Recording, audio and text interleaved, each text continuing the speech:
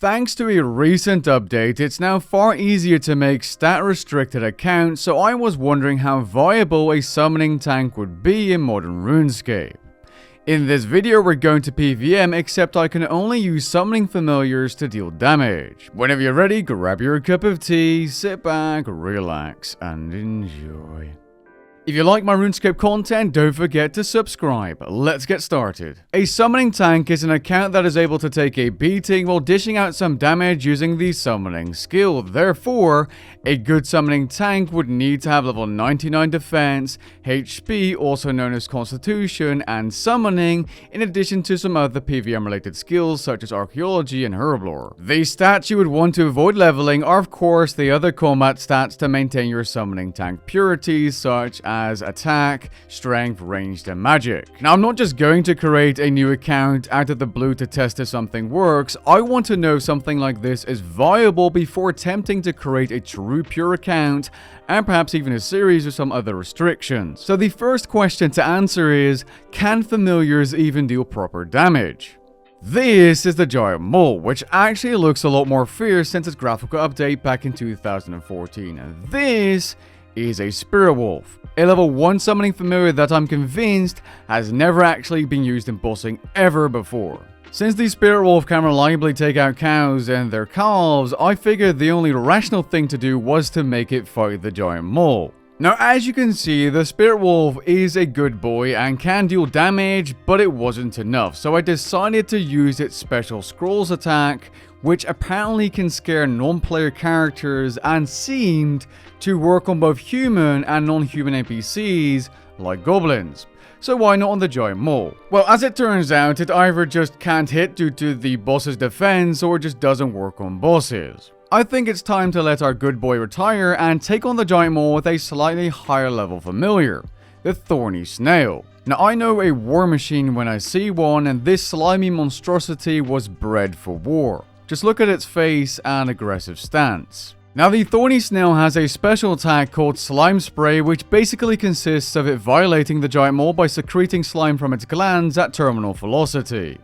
Make no mistake, these slime balls can actually deal some damage, although not enough to take on the giant mole. On the bright side, you can one-shot the baby moles. It's time for another upgrade that may be familiar to those of you who watch anime. The Karam Overlord, a familiar I quite literally have never heard of until I used the wiki to find a cool looking familiar for this video. This tentacled squid thing has a special waterbender attack that can hit over 600. Actually, now that I think of it, the Chaos Elemental might be a more suitable enemy to take on with a familiar due to its lower health pool, so let's head over there. This thing is actually able to deal damage, and its scroll attack animation looks pretty cool for something all the way back from 2008. But still not enough to take on the Chaos Elemental in anything less than a quarter of the hour. We upgraded the familiar once more to my favorite type of animal, frogs.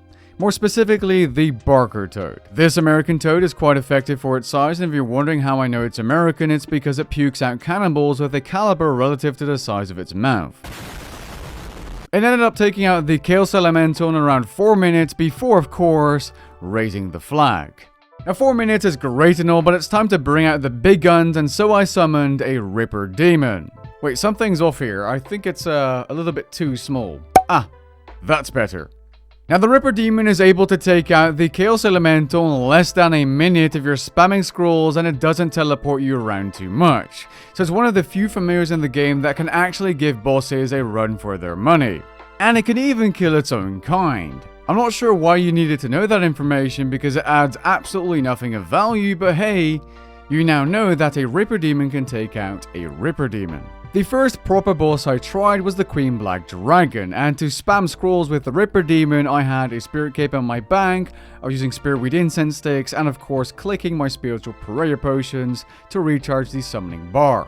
Overall, this fight is very easy, and even the Tortured Souls can be taken out in a single leap by the Ripper Demon, so they're not that big of a deal until you run out of Spiritual Prayer Potions and Summoning Energy, and you just wasted a couple 100k in supply, 7 minutes of your life, only to get to the final phase and get clapped by a couple of Tortured Souls with only 2,500 life points. On the second attempt, however, I was able to kill the Queen Black Dragon in 5 minutes and 17 seconds using the Ripper Demon only, which is actually not even all that bad. Essentially what this means is with some banking times, the Ripper Demon is able to get 10 kills per hour at the Queen Black Dragon.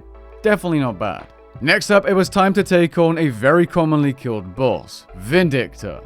Now, Vindicta is a boss I ended up killing in 2 minutes and 9 seconds using just the Ripper Demon before it was nerfed, so I was very curious as to what the time would be now. Now, I did try to use Vuln Bombs, although that being said, whenever I did use a Vuln Bomb, and that includes Queen Black Dragon, it didn't seem to give me the debuff on the enemy, in this case Vindicta, for whatever reason, so I'm not sure if they even work if you're not using an actual weapon. Anyways, the Ripper Demon ended up killing Vindicta by itself in 4 minutes and 44.4 seconds, essentially meaning it has 45,000 DPM at Vindicta when spamming scrolls. Now, if I'm ever to create an account that will get a Fire Cape, Kiln Cape, or perhaps even a Zut Cape if it's possible by using some cheese methods or items, well, I need to know if it can take out Jad, and well, it can. Without issues. It actually hits quite hard on Jad as well, which is good to see. Like 3,700s, no problem. 4,000,